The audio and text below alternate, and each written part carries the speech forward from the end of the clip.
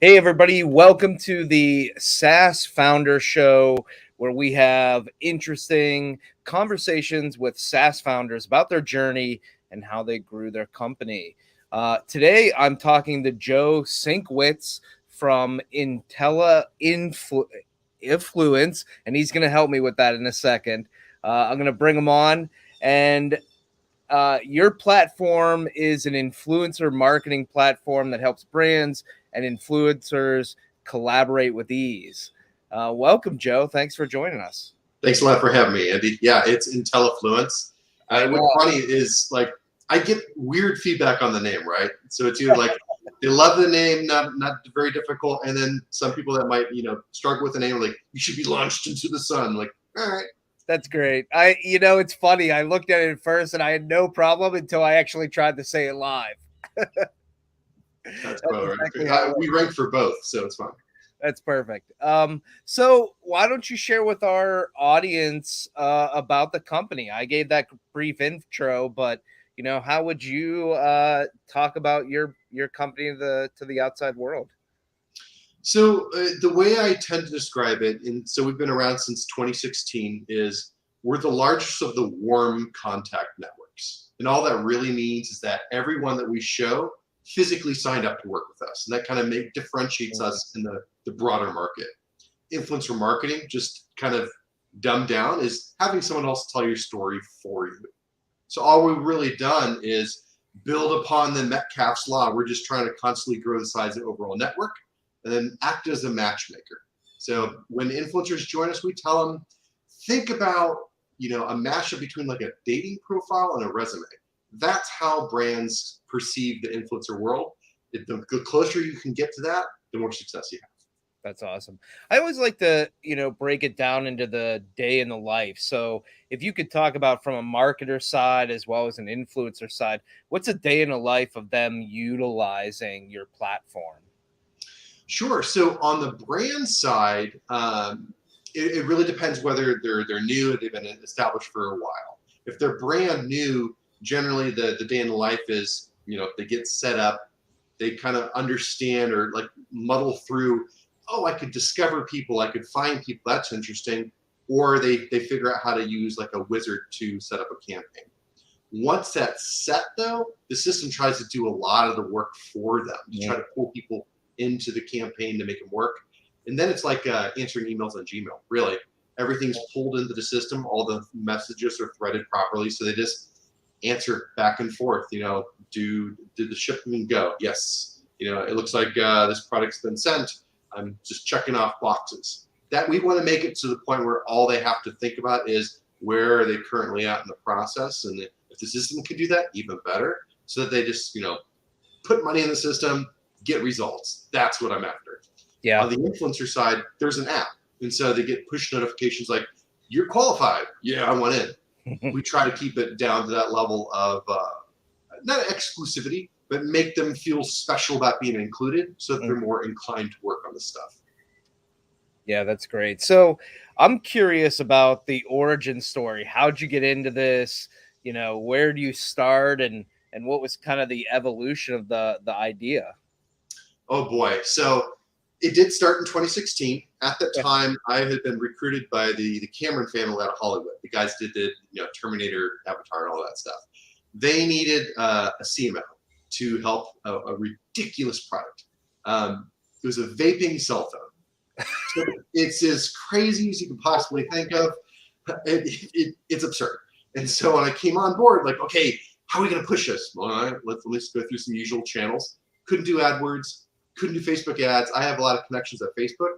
Got all the way up to the general counsel. They got back on the phone with me. Cheryl says no. I'm like, okay, I can't do ads.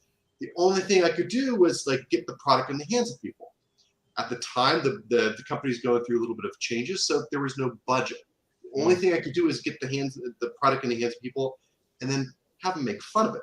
So I used Reddit, eSig, and I think our vaping, like subreddits on Reddit, to just put the product out there. And people just kept flaming it to the point where it became a point of a meme. And from there, it just went viral. Went to Facebook. We got, press in Playboy, Maxim, and a whole bunch of other publications. So $0. The light bulbs obviously went off. influencers worked. So we started trying to reach out to more formal influence channels, and everything was agency driven at that point. So they wanted 20% rips on everything, really large minimums. And while the company could necessarily afford it because of who they were, I just sort of, had one of those light bulb moments as well. And so I recognized with my software background, having, developed tax software for KPMG back in the day, it's like, we should probably build something. And I wanted to figure out, let's focus on small brands and small influencers. And the first couple iterations completely flopped until we found that market fit.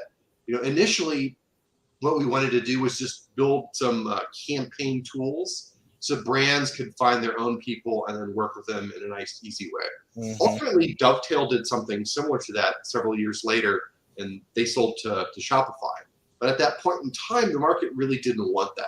And then the next thing we're like, oh, okay, well, how about we just focus on affiliates? Because we had an affiliate background from our search marketing days. Brands loved the idea. Influencers hated it. They're like, you know what? If you're going to approach me for something I do for a living, I want to get paid. I want to know that there's something concrete established. So that sort of forced our way into building what became a closed network. And that just sort of took off from there. So I think we sort of figured that part out in the first 6 months or so. And then it's just been a matter of increased functionality, increased number of users on the platform, just kind of constantly iterating on that platform. So, I mean, this show is geared towards SaaS founders, those that are like early on and just trying to decide if they want to do it further along. You said something that always catches my attention: product market fit. Can you talk more? I mean, you shared there a little bit about testing some different things, but how important is that product market fit? Like, were there strategies that you guys went after? Was it very cognizant of like, we don't have the fit, we've got to find it? Can you just talk a little bit about that? Sure. So the way we sort of viewed it as we were building up an alpha product is there's a lot of people that are going to tell you you're right or you're wrong.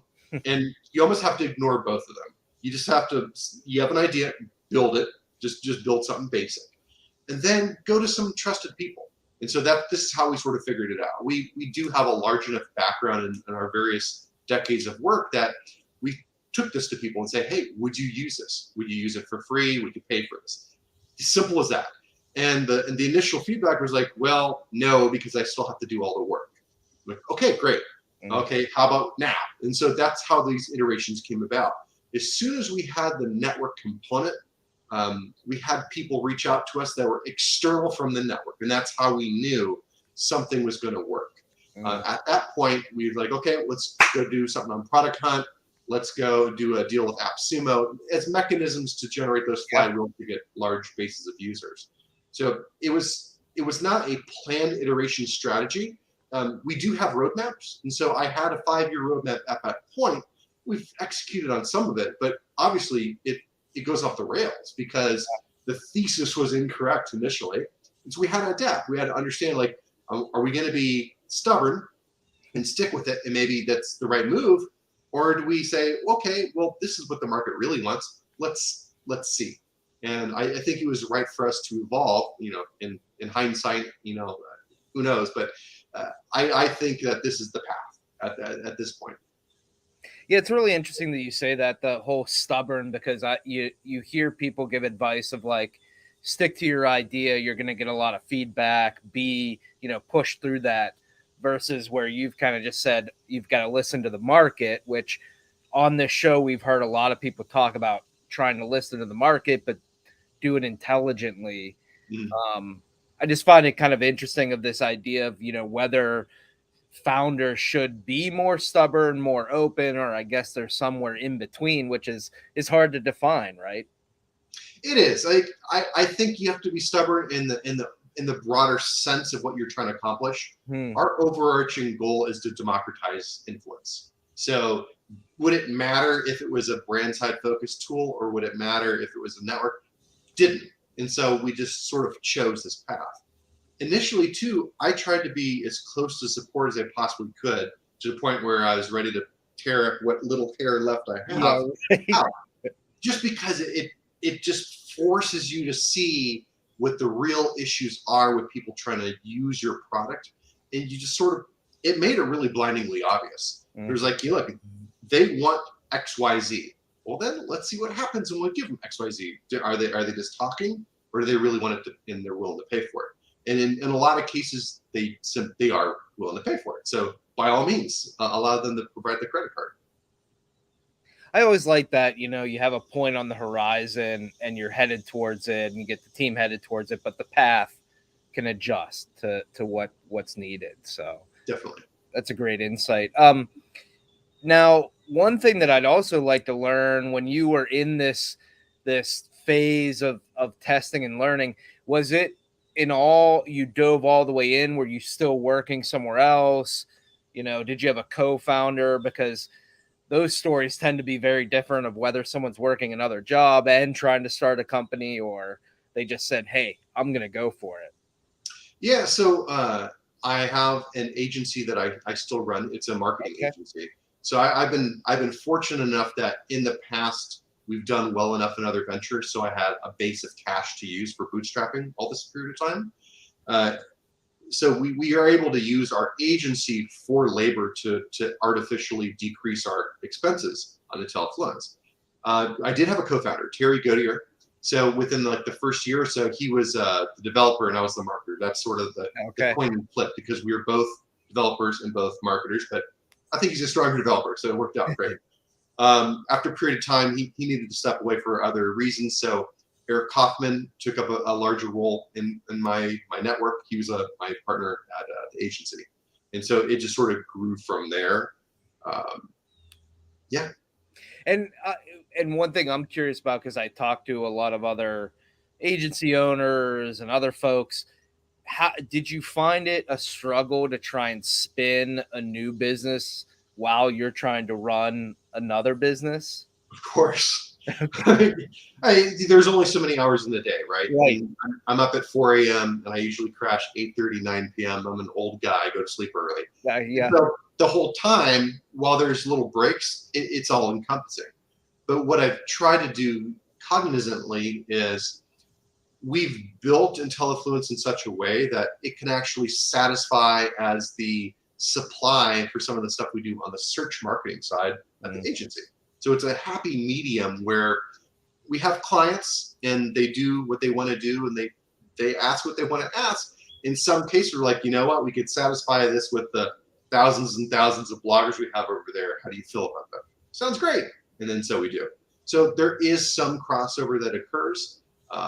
But ultimately, yeah, we have work that we have to do on both sides, and get through it.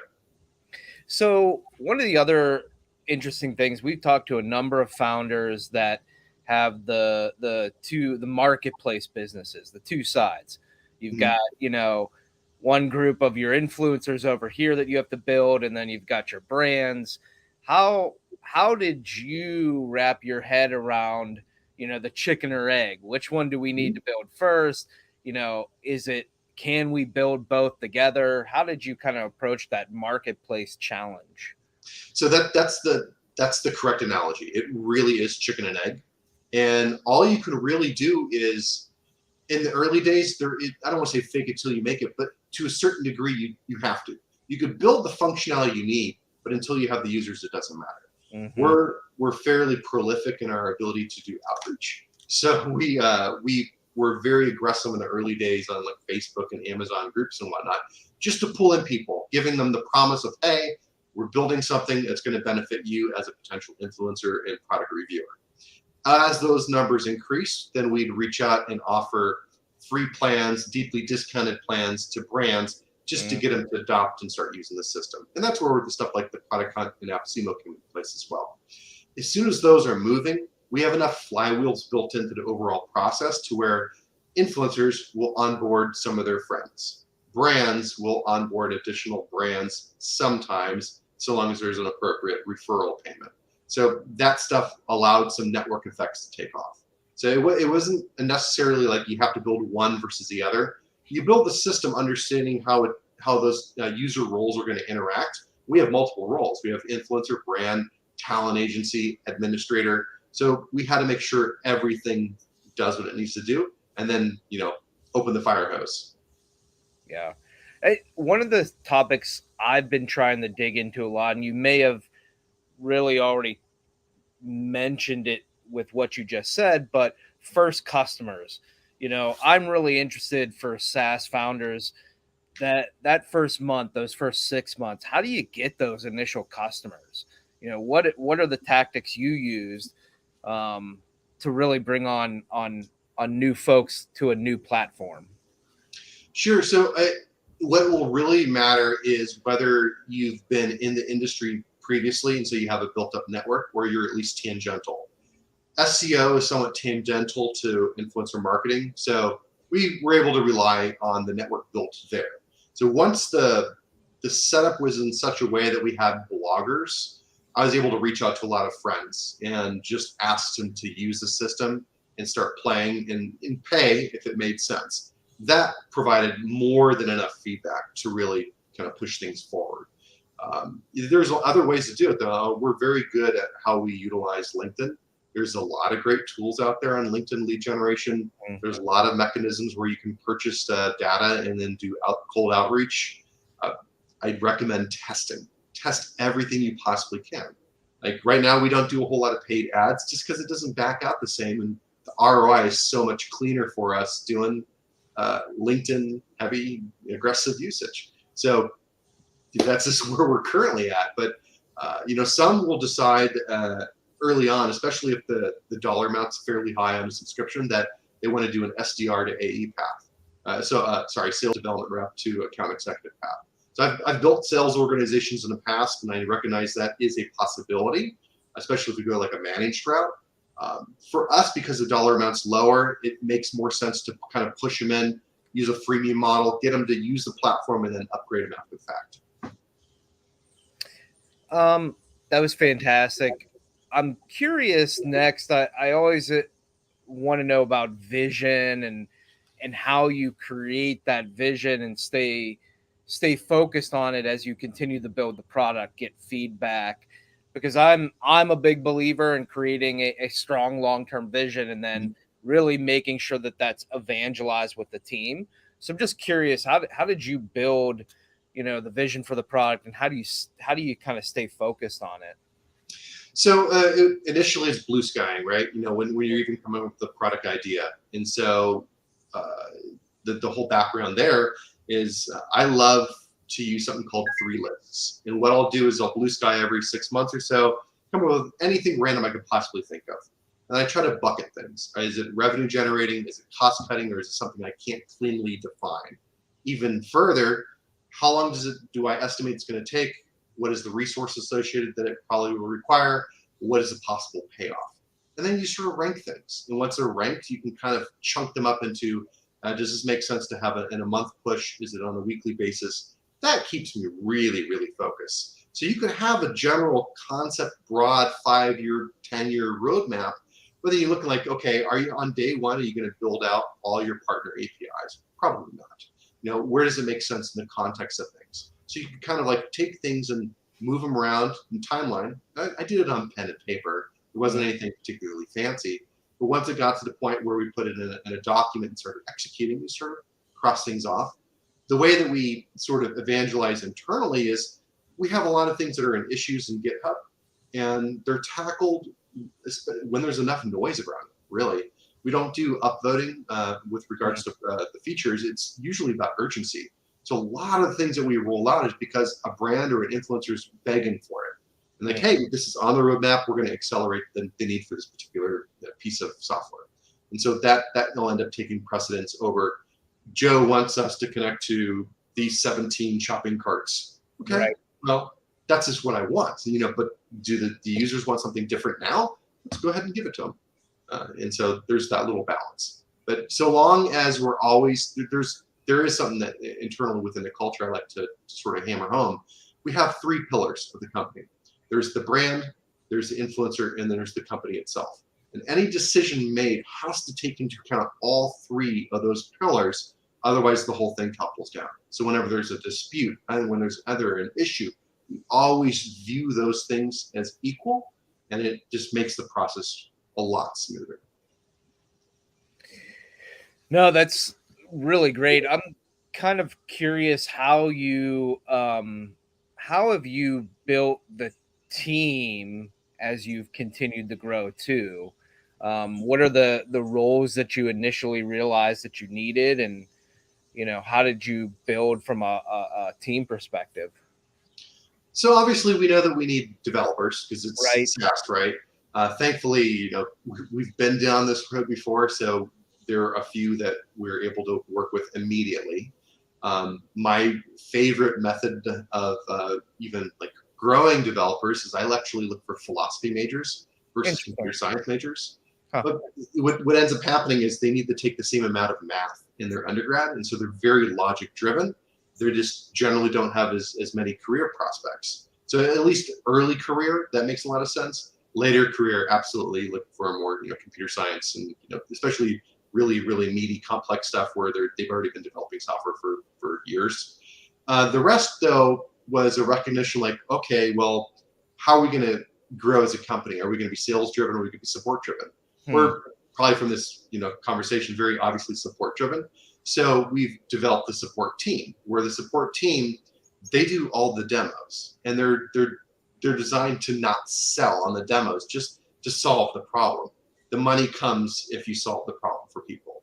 And so they solve the problem, get a person on board into the system. If the company needs more, we make it really easy to upgrade and downgrade everywhere. So it's just a matter of solving whatever that next problem happens to be. So that's where the growth has come. Support side, developers. Obviously, we do have some design and product people, but that tends to be the minority. I think the majority, even going for the next several years, will just be a lot more support, a lot more development. You brought up support, and one of the other areas that I really like to dig into with SaaS is retention.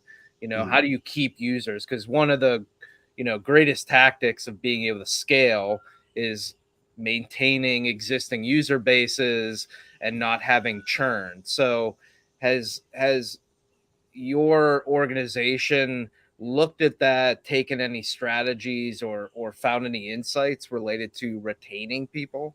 Sure. So churn on a small business side is brutal, and there's very little you can get around that. What we've recognized over the years is the easier we made it for people to upgrade, downgrade, the less there's churn out of fear, like churning because, oh no, my annual contract's coming up. We don't do annual contracts. We get around that. The thing that we did that made the most impact though is we created a free brand. A free subscription model, so that when people are done with their paid plan, they sort of drop down to this free plan. Their information's retained.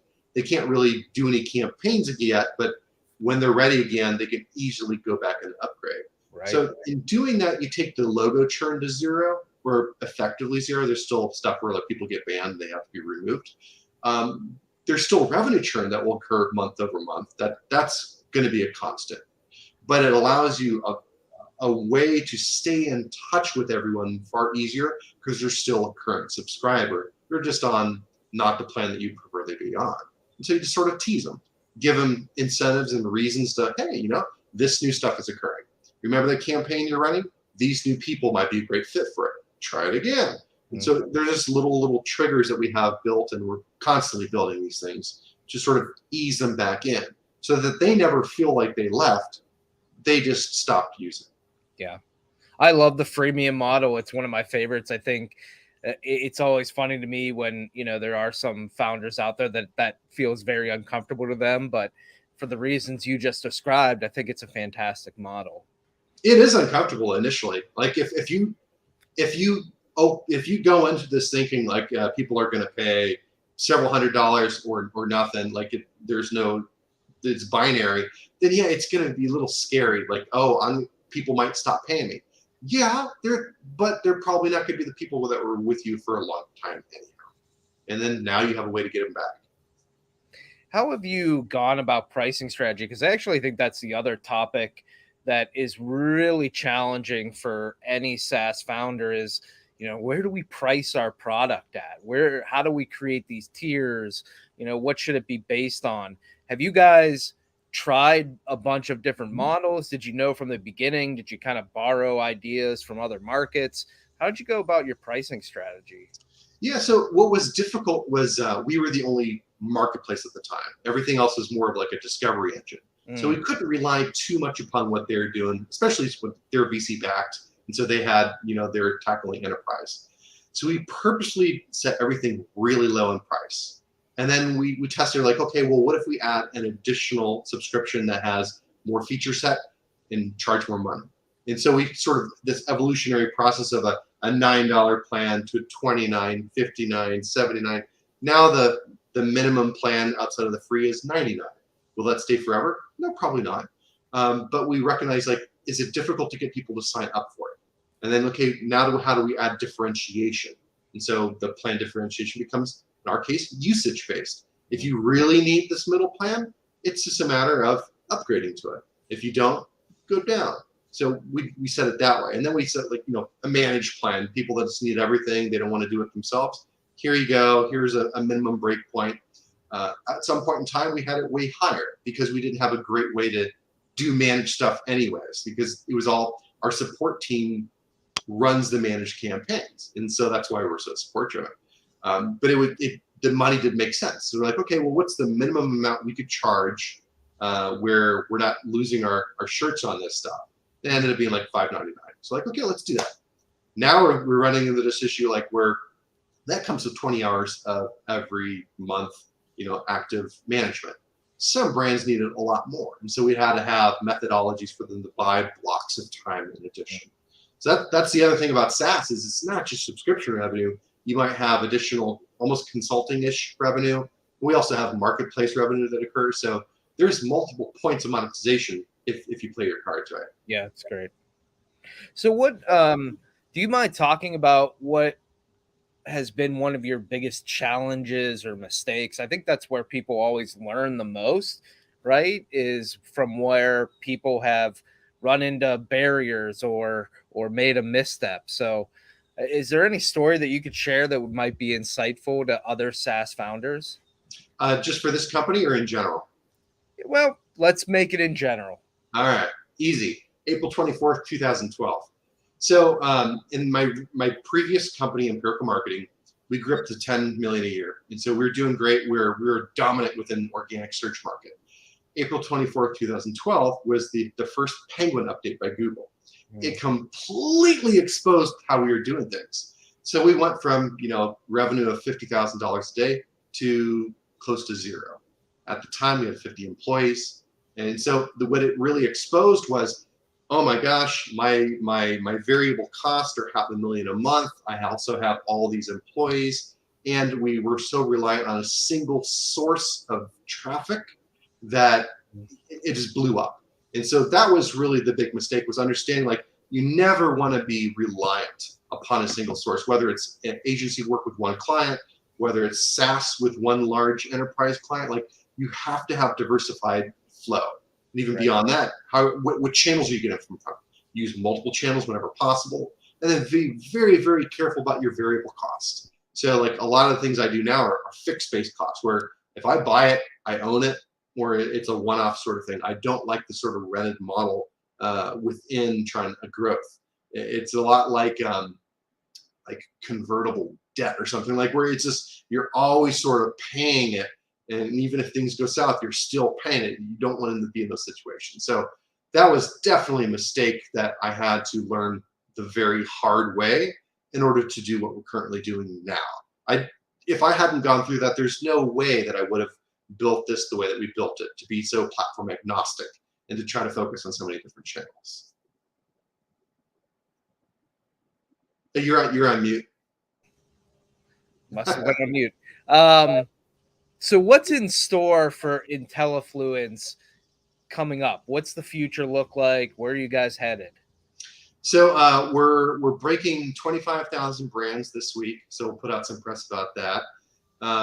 We did a really cool survey, and we've been iterating on it. And we're doing another survey this year where we polled everyone that we could in the influencer space about what they perceive their compensation to be. And what it allowed us to do was build a pricing model where we could show, based on the network and the audience size, what they should probably be getting paid on a minimum. So we married that with the actual transaction data to these surveys. So we're probably the only ones in the market that have real actionable data on pricing guidance within the market. So we're going to make a push on that. That's some good reports. But really the future is we're going to connect to everyone we possibly can.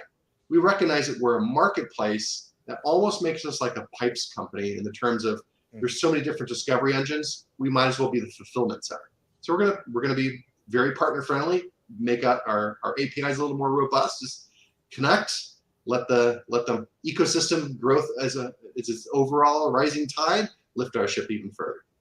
That's awesome. So I've got one more question, but before I ask that, where can people get in touch with you? What should they go check out to learn more about the company? Sure. I mean, so they could find Intellifluence all over the web. We're on Facebook, we're on LinkedIn, we're on Twitter. If you look for my name, you will absolutely find me somewhere, especially LinkedIn, because I hang out so much there as well as Twitter. Yeah, that's where you can find us. Awesome. So a question that I've asked every single founder that I've interviewed is, if you were to go back in time right before you started the software business and have coffee with yourself, what advice would you give? Here's the blueprints for time travel. You'll make way more money than SaaS. Now, aside from those sort of obvious jokes, I think it would be a matter of understanding the various dependencies that can end up being built into the software, being a little bit more focused on the flywheels early versus later, being more focused on adding payments earlier. Like we hesitated because we were like, well, people might want to use PayPal. They might want to use all these other methods. As soon as we created our own internal payments thing, we cut out fraud on both sides of the spectrum very, very quickly. So I'd be quicker to do that as well. But for the most part, I just keep going. Every day is going to be a grind. There's no getting around it. But just know that your 1 year out is going to be fine. Your 2 year out is going to look even better. You're going to double revenue every single year, even though you're not trying to. Just keep going, dude. Yeah, that's awesome. Well, Joe, I really appreciate you taking some time with us. I thought it was a great discussion, and I really hope to see you guys just crush it and take off. Thanks, Andy. Awesome. Well, thanks for joining us. Everybody else, thank you for joining the SaaS Founder Show. We'll be coming out with some more episodes with some more great founders, and can't wait to see everybody soon. Thanks, everybody. Thanks, Joe. Bye.